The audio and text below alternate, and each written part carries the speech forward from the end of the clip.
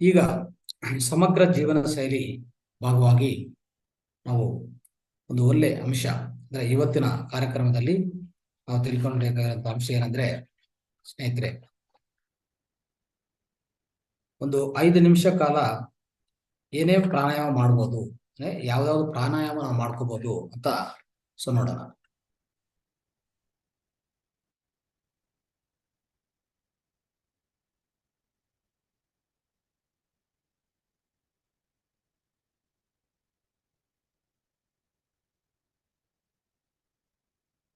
ಸ್ನೇಹಿತರೆ, ಇವತ್ತಿನ ಸಮಗ್ರ ಜೀವನ ಶೈಲಿ ಆಗಿ ಪ್ರತಿಯೊಬ್ಬರಿಗೂ ಸ್ವಾಗತ ಮತ್ತೊಂದ್ಸರಿ.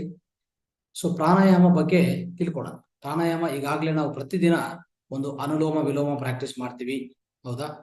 ಜೊತೆಗೆ ಇನ್ನು ಭ್ರಮರಿ ಪ್ರಾಣಾಯಾಮ ಮಾಡಿದ್ವಿ, ಭ್ರಸ್ತ್ರಿಕಾ ಪ್ರಾಣಾಯಾಮ ಮಾಡಿದ್ವಿ. ಆದ್ರೆ ಒಂದೊಂದು ದಿವಸ ಒಂದು ಪ್ರಾಣಾಯಾಮ ಮಾಡ್ಕೊಂಡು ಬಂದಿದ್ವಿ. ಆದ್ರೆ ಇವತ್ತಿನ ಕಾರ್ಯಕ್ರಮದಲ್ಲಿ ಈ ಪ್ರಾಣಾಯಾಮ ಬಗ್ಗೆ ಪೂರ್ತಿ ಅಂಶ ಕೂಲಂಕಷವಾಗಿ ತಿಳ್ಕೊಳ್ಳಕ್ಕೆ ಪ್ರಯತ್ನ ಮಾಡೋಣ. ಈ ಪ್ರಾಣಾಯಾಮವು ಉಸಿರಾಟದ ನಿಯಂತ್ರಣದ ಅಭ್ಯಾಸವಾಗಿದೆ. ಇದು ಯೋಗದ ಮುಖ್ಯ ಭಾಗವಾಗಿದೆ. ದೈಹಿಕ ಮತ್ತು ಮಾನಸಿಕ ಸ್ವಾಸ್ಥ್ಯಕ್ಕಾಗಿ ಈ ವ್ಯಾಯಾಮ ಇದೊಂದು ವ್ಯಾಯಾಮ ಪ್ರಕ್ರಿಯೆ. ಸ್ನೇಹಿತರೆ, ಸಂಸ್ಕೃತದಲ್ಲಿ ಏನಾಗ್ತದೆ, ಪ್ರಾಣ ಅಂದ್ರೆ ಜೀವಶಕ್ತಿ, ಮತ್ತೆ ಯಮ ಅಂದ್ರೆ ಏನು, ನಿಯಂತ್ರಣ. ಅಂದ್ರೆ ಈ ಯಾವುದೇ ಈ ಜೀವಶಕ್ತಿ ಅಂದ್ರೆ ಈ ಶ್ವಾಸ ಇದೆಯೋ ಅದನ್ನ ನಿಯಂತ್ರಣ ಮಾಡೋದನ್ನೇ ಈ ಪ್ರಾಣಾಯಾಮ ಪ್ರಕ್ರಿಯೆ. ಪ್ರಾಣಾಯಾಮ ಅಭ್ಯಾಸವು ಉಸಿರಾಟದ ವ್ಯಾಯಾಮಗಳು ಮತ್ತು ಮಾದರಿಗಳನ್ನು ಒಳಗೊಂಡಿರ್ತದೆ. ಅಂದ್ರೆ ಎಷ್ಟೋ ಬೇರೆ ಬೇರೆ ತರ ಈ ಪದ್ಧತಿಗಳು ಈ ಪ್ರಾಣಾಯಾಮ ಒಳಗಡೆ ಇದೆ. ಈಗ ಸ್ವಲ್ಪ ಪದ್ಧತಿಗಳು ತಿಳ್ಕೊಳ್ಳೋಕೆ ಪ್ರಯತ್ನ ಮಾಡೋಣ. ಈಗಾಗಲೇ ನಾವು ಪ್ರಾಕ್ಟೀಸ್ ಮಾಡಿದ್ವಿ. ಮತ್ತೆ ಒಂದ್ಸರಿ ಒಂದು ಮಾದರಿ ನಾವು ತೋರಿಸಿ ನಿಮ್ಗೆ ಹೇಳ್ಕೊಡಕ್ಕೆ ಪ್ರಯತ್ನ ಮಾಡ್ತೀನಿ. ನೋಡಿ, ಪ್ರಾಣಾಯಾಮ ವಿಧಾನಗಳು ಯಾವ್ದಾವ್ದಿದೆ ಅಂದ್ರೆ, ಮೊದಲನೇದು ಪರ್ಯಾಯ ಮೂಗಿನ ಒಳ್ಳೆ ಉಸಿರಾಟ ಅಂದ್ರೆ ನಾಡಿ ಶೋಧನ, ಇಲ್ಲಾಂದ್ರೆ ಅನುಲೋಮ ವಿಲೋಮ. ಈಗ 3 ಹೆಸರುಗಳಿದೆ ಇದಕ್ಕೆ: ನಾಡಿ ಶೋಧನ, ಅನುಲೋಮ ವಿಲೋಮ, ಇಲ್ಲಾಂದ್ರೆ ಆಲ್ಟರ್ನೇಟಿವ್ ನಾಸ್ಟ್ರಲ್ ಬ್ರೀತಿಂಗ್ ಅಂತ ಕರೀತಾರೆ. ಅದನ್ನೇ ಪರ್ಯಾಯ ಮೂಗಿನ ಒಳ್ಳೆ ಉಸಿರಾಟ, ರೈಟ್? ಇದು ಸ್ನೇಹಿತರೆ, ಇದು ಯಾವ ತರ ಮಾಡ್ಬೇಕು ಈಗಾಗಲೇ ನಾವ್ ಹೇಳಿದ್ವಿ. ಇದು ಒಳ್ಳೆ ಅಂದ್ರೆ ಇದು ಮಾಡಿದ್ರೆ ಏನಾಗ್ತದೆ, ಎಲ್ಲಾರು ಅಂದ್ರೆ ಒಂದು ಪ್ರೆಗ್ನೆಂಟ್ ವುಮೆನ್, ಗರ್ಭಧಾರಣ ಮಾಡುವಂತ ಸ್ತ್ರೀಗಳು ಅವ್ರು ಮಾಡಿದ್ರೆ ತುಂಬಾ ಒಳ್ಳೇದಾಗತ್ತೆ ಅವ್ರಿಗೆ. ಈ ಮಹಿಳೆಯರಿಗೆ ಇದು ತುಂಬಾ ಒಳ್ಳೆ ಪ್ರಾಣಾಯಾಮ ಅಂತ ಹೇಳ್ಬೋದು. ಅದು ಆಳವಾದ ಉಸಿರಾಟ ತಗೊಂಡು ಆಕ್ಸಿಜನ್ ನಿಮ್ಗೆ ಒಳ್ಳೆ ಆಕ್ಸಿಜನ್ ಸಪ್ಲೈ, ನಿಮ್ಮ ದೇಹಕ್ಕೆ ಒಳ್ಳೆ ಆಕ್ಸಿಜನ್ ಸಪ್ಲೈ ಆಗುತ್ತೆ. ಪೂರ್ತಿ ದೇಹಕ್ಕೆ ಅಂದ್ರೆ ಪ್ರತಿ ಜೀವಕೋಶಕ್ಕೂ ಈ ಆಕ್ಸಿಜನ್ ಅನ್ನೋದು ಸರಬರಾಜು ಆಗುತ್ತೆ. ಅದಕ್ಕೋಸ್ಕರ ಇದು ಒಳ್ಳೆ ಪ್ರಾಣಾಯಾಮ ಪದ್ಧತಿ, ಪ್ರತಿಯೊಬ್ಬರು ಪ್ರಾಕ್ಟೀಸ್ ಮಾಡ್ಬೋದು. ಎಸ್ಪೆಷಲಿ ಪ್ರೆಗ್ನೆಂಟ್ ವುಮೆನ್ಗೆ ತುಂಬಾ ಒಳ್ಳೇದು ಇದು. ಓಕೆ, ಆಲ್ಟರ್ನೇಟಿವ್ ನಾಸ್ಟ್ರಲ್ ಬ್ರೀತಿಂಗ್, ನಾಡಿ ಶೋಧನ ಅಂತಂದ್ರೆ ಅನುಲೋಮ ವಿಲೋಮ. ಈಗಾಗಲೇ ನಿಮ್ಗೆ ಗೊತ್ತು, ಹಾಯಾಗಿ ಆರಾಮಾಗಿ ಕೂತ್ಕೊಂಡು, ಯಾವಾಗ ಎಲ್ಲಿ ಕೂತ್ಕೊಂಡು ಆರಾಮಾಗಿ ಕೂತ್ಕೋಬೇಕು. ಬೆನ್ನು ನಿಟಾರಾಗಿ ಇಟ್ಕೊಂಡು ನಾವೇನ್ ಮಾಡ್ಬೇಕು, ಈ ಕೈಯಲ್ಲಿ ಖಂಡಿತವಾಗಿ ಈ ಚಿನ್ಮುದ್ರ ಇಟ್ಕೊಂಡು ತೊಡೆ ಮೇಲೆ ಇಟ್ಕೊಳ್ಳಿ. ಆಮೇಲೆ ಈ ಕೈ ಏನ್ ಮಾಡ್ಬೇಕು, ಈ ಬೆರಳುಗಳು ಈ ತರ ಕ್ಲೋಸ್ ಮಾಡಿ, ಇದನ್ನ ನಾವು ವಿಷ್ಣು ಮುದ್ರ ಅಂತ ಕರಿತೀವಿ, ಹೌದಾ? ವಿಷ್ಣು ಮುದ್ರ. ಈಗ ವಿಷ್ಣು ಮುದ್ರ ಹಾಕಿದ ಮೇಲೆ ಈ ತರ ಮೂಗಿ ಮೇಲೆ ಇಟ್ಕೊಂಡು ಎಡಗಡೆ ಅಂದ್ರೆ ಬಲಗಡೆ, ರೈಟ್?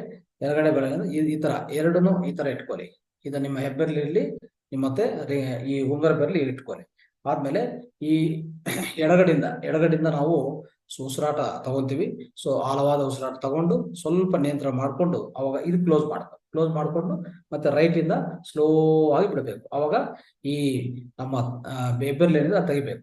ಅಂದ್ರೆ ಫಸ್ಟ್ ಈಗ ಕ್ಲೋಸ್ ಮಾಡ್ಕೊಳ್ಳಿ, ಉಸಿರಾಟ ತಗೊಳ್ಳಿ, ನಿಧಾನವಾಗಿ ಉಸಿರಾಟ ತಗೊಂಡು ಆಳವಾದ ಉಸಿರಾಟ ತಗೊಂಡು ಸ್ವಲ್ಪ ನಿಯಂತ್ರಣ ಮಾಡ್ಕೊಂಡು ತಕ್ಷಣ ಇದು ಮತ್ತೆ ಕ್ಲೋಸ್ ಮಾಡಿ ಈ ಕಡೆಯಿಂದ ಈ ಹೆಬ್ಬೆರಳು ತೆಗೆದುಬಿಟ್ಟು ಬಲಗಡೆಯಿಂದ ನಿಧಾನವಾಗಿ ಬಿಡ್ಬೇಕು, ಸ್ಲೋ ಆಗಿ ಬಿಡ್ಬೇಕು.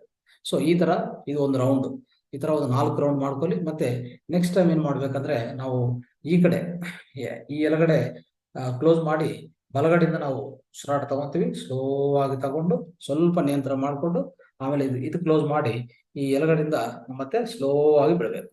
ಈ ತರ ಒಂದು 5 ಸರಿ ಮಾಡಿ. ಈ ತರ 5 ರೌಂಡ್ಸ್, ಇದೊಂದು 5 ರೌಂಡ್ಸ್, ಟೋಟಲ್ 10 ರೌಂಡ್ಸ್ ಮಾಡ್ಬೋದು. ಈ ತರ ಪ್ರಾಕ್ಟೀಸ್ ಮಾಡ್ತಾ ಹೋದ್ರೆ ಇದನ್ನೇ ನಾವು ಅನುಲೋಮ ವಿಲೋಮ ಅಂತ ಹೇಳ್ತೀವಿ. ಒಳ್ಳೆ ಡೀಪ್ ಅಂದ್ರೆ ಆಳವಾದ ಈ ಶ್ವಾಸ ಮಾಡಿದಕ್ಕೂ ನಮ್ಗೆ ಈ ಆಕ್ಸಿಜನ್ ಅನ್ನೋದು ಪ್ರತಿ ಜೀವಕೋಶಕ್ಕೂ ಸೇರತ್ತೆ. ಅದಕ್ಕೋಸ್ಕರ ಇದೊಂದು ಪ್ರತಿಯೊಬ್ಬರು ಪ್ರಯತ್ನ ಮಾಡಿ. ಆಮೇಲೆ ಹೆಣ್ಣು ಜೀನುಗಳು ಮಾಡುವಂತ ಧ್ವನಿ ಏನು, ಅದು ಬ್ರಹ್ಮರಿ ಧ್ವನಿ ಅಂತ, ಬ್ರಹ್ಮರಿ ಪ್ರಾಣಾಯಾಮ ಅಂತ ಹೇಳ್ತೀವಿ. ಈಗಾಗಲೇ ಇದು ಪ್ರಾಕ್ಟೀಸ್ ಮಾಡಿದ ಸ್ನೇಹಿತರೆ. ಸೊ ಏನ್ ಮಾಡ್ಬೇಕು, ಈ ತರ ಎರಡು ಕೈಗಳನ್ನು ಮುಚ್ಕೊಳ್ಳಿ, ಈ ತರ ಮುಷ್ಟಿ ಇಟ್ಕೊಂಡು ಇದೊಂದು ಒಂದು ತೋರ್ಬೆರಳು ಮಾತ್ರ ಈ ತರ ನಾವು ಈ ಕಿವಿ ಮೊದಲನೇ ಭಾಗ ಇಟ್ಕೋಬೇಕು. ಕಿವಿ ಮೊದಲನೇ ಭಾಗ ಇಟ್ಕೊಂಡು ಸೊ ಆರಾಮಾಗಿ ಕೂತ್ಕೊಂಡು ಸೊ ಆಳವಾದ ಒಂದು ಉಸಿರಾಟ ತಗೊಂಡು ಉಸಿರಾಟ ಹೊರಗಡೆ ತಗೋಬೇಕು.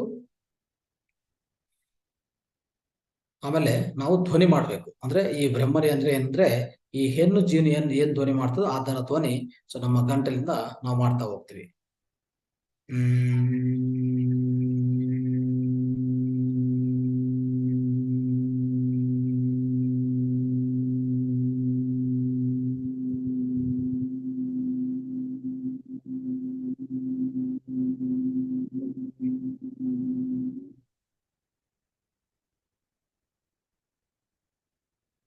ಒಂದು ರೌಂಡ್ ಆತರ ಮಾಡಿದ ಮೇಲೆ 1 ಸೆಕೆಂಡ್ 2 ಸೆಕೆಂಡ್ ಕಾಲ ನಿಮ್ಮ ಶ್ವಾಸನ ಗಮನಿಸ್ಕೊಳ್ಳಿ, ಮತ್ತೆ ಮಾಡುದು ಆತರ. ಸೊ ಈ ತರ ಒಂದು 10 ಸರಿ ಮಾಡ್ಬೋದು.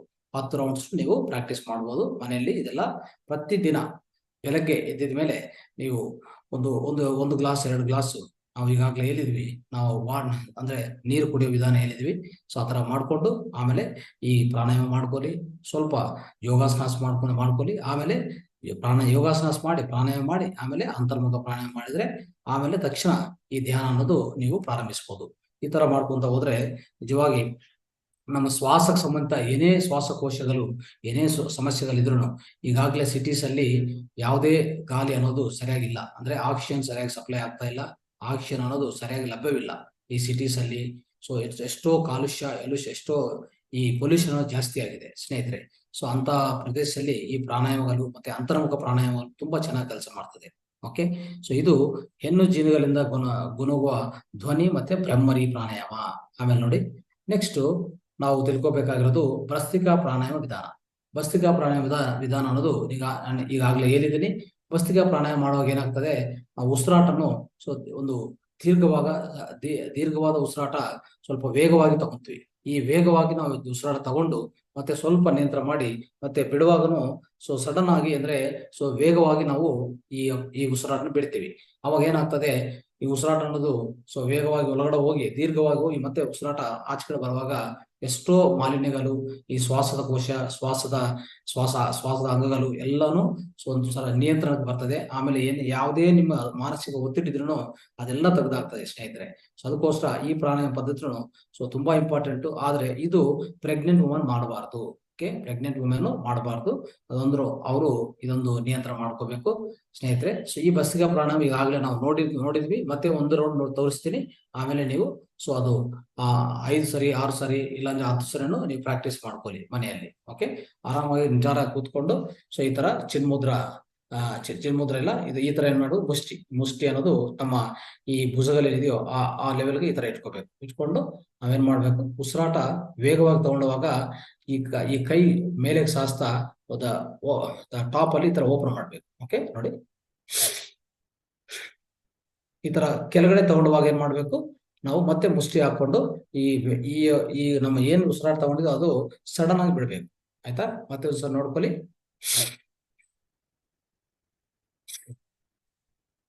ರೈಟ್, ಸೊ ಈ ತರ ಮಾಡ್ಕೋಬೇಕು. ಸೊ ಈ ತರ ಇದು ಒಂಥರ ಸ್ಲೋ ಆಗಿ ಮಾಡೋದು, ನಿಧಾನವಾಗಿ ಮಾಡ್ತಾ ಇದ್ವಿ. ಇನ್ನು ವೇಗವಂತವಾಗಿ ರ್ಯಾಪಿಡ್ ಮೂವ್ಮೆಂಟ್ ಮಾಡ್ಬೋದು. ರ್ಯಾಪಿಡ್ ಮೂವ್ಮೆಂಟ್ ಅಂದ್ರೆ ಹೆಂಗಿರ್ತದೆ, ಸೊ ಈ ತರದ್ದು. ಸೊ ಇದು ಒಂದು ಒಳ್ಳೆ ಪ್ರಾಣಾಯಾಮ ಪದ್ಧತಿ ಸ್ನೇಹಿತರೆ. ಸೊ ಇದನ್ನು ಭಸ್ತ್ರಿಕಾ ಪ್ರಾಣಾಯಾಮ ಅಂತ ಕರಿತೀವಿ, ತುಂಬಾ ಒಳ್ಳೆಯದು. Okay, right. ಈಗ ಈ ಪ್ರಾಣಾಯಾಮಗಳಿಂದ ಏನೇನು ಲಾಭಗಳಿದೆ ಅಂತ ನೋಡಕ್ಕೆ ಪ್ರಯತ್ನ ಮಾಡೋಣ. ಸೊ ಒತ್ತಡವನ್ನು ಕಡಿಮೆ ಮಾಡುತ್ತದೆ, ಮತ್ತೆ ನಿದ್ರಾ ಗುಣಮಟ್ಟವನ್ನು ಸುಧಾರಿಸ್ತದೆ, ಸೊ ಸಾವಧಾನತೆಯನ್ನು ಹೆಚ್ಚಿಸ್ತದೆ, ಅಧಿಕ ರಕ್ತ ಒತ್ತಡ ಏನಾದಿದ್ರೆ ಖಂಡಿತವಾಗಿ ಕಡಿಮೆ ಮಾಡುತ್ತದೆ, ಶ್ವಾಸಕೋಶದ ಕಾರ್ಯವನ್ನು ಸುಧಾರಿಸ್ತದೆ, ಸಿಗರೆಟ್ಟು ಕಡುಬೇಕನ್ನು ಕಡಿಮೆ ಮಾಡುತ್ತೆ. ಅಂದ್ರೆ ಯಾವ್ದಾವ್ದು ಅಡಿಕ್ಷನ್ಸ್ ಇರ್ತದಲ್ಲ ಅಂತದೆಲ್ಲ ತೆಗೆದಾಗ್ತದೆ. ಆಮೇಲೆ ಸಂಶೋಧನಾ ಪ್ರಕಾರ ಪ್ರಾಣಾಯಾಮ ಏನಾಗಿದೆ, ವಿಶ್ರಾಂತಿ ಮತ್ತು ಸಾವಧಾನತೆಯನ್ನು ಉತ್ತೇಜಿಸುತ್ತದೆ, ಶ್ವಾಸಕೋಶದ ಕಾರ್ಯ, ರಕ್ತ ಒತ್ತಡ ಮತ್ತೆ ಮೆದುಳಿನ ಕಾರ್ಯವನ್ನು ಒಳಗೊಂಡಂತ ದೈಹಿಕ ಆರೋಗ್ಯದ ಅನೇಕ ಅಂಶಗಳನ್ನು ಬೆಂಬಲಿಸುತ್ತದೆ ಎಂದು ಸಾಬೀತವಾಗಿದೆ. ಅಂದ್ರೆ ಇದೆಲ್ಲಾನು ಆಲ್ರೆಡಿ ಸಾಬೀತಪಡಿಸಿದ್ದಾರೆ. ಸೊ ಸ್ನೇಹಿತರೆ, ಇಷ್ಟೆಲ್ಲ ಪ್ರಯೋಜನಗಳಿರುವಂತ ಈ ಪ್ರಾಣಾಯಾಮಗಳು ಖಂಡಿತವಾಗಿ ನಾವು ಪ್ರಾಕ್ಟೀಸ್ ಮಾಡಿ ಯಾವುದೇ ಅಡ್ಡಪರಿಮಾಣಂತ ಈ ಕೆಮಿಕಲ್ ಮೆಡಿಸಿನ್ ತಗೊಳೋದು ಬಿಟ್ಟು ಇಂಥ ಒಳ್ಳೆ ಪದ್ಧತಿಗಳು ನಾವು ಅವಲಂಬಿಸ್ತಾ ಇದ್ರೆ ಯಾವುದೇ ಮೆಡಿಸಿನ್ ಬೇಕಾಗಿಲ್ಲ, ಯಾವುದೇ ಡಾಕ್ಟರ್ ಹತ್ರ ಹೋಗುವಂತ ಅವಶ್ಯಕತೆ ನಮಗೂ ಬರೋದಿಲ್ಲ. ಸೊ ಅದಕ್ಕೋಸ್ಕರ ಪ್ರತಿಯೊಬ್ಬರು ಇದು ಪಾಲನೆ ಮಾಡ್ತಾರೆ ಅಂತ ಪ್ರತಿಯೊಬ್ಬರಿಗೂ ನಾನು ವಿನಂತಿ ಮಾಡ್ತಾ ಇದ್ದೀನಿ. Pranayama is the best breathing exercises. ಪ್ರತಿ ಒಂದು ದಿವಸ ಈ ಶ್ವಾಸದ ಪ್ರಕ್ರಿಯೆ, ಈ ಶ್ವಾಸದ ಏನೇ ಎಕ್ಸರ್ಸೈಸ್ ಇದೆಯೋ, ಶ್ವಾಸದ ಸಂಬಂಧಿತ ಎಕ್ಸರ್ಸೈಸ್ ಅನ್ನೋದು ಈ ಪ್ರಾಣಾಯಾಮ ಪದ್ಧತಿ.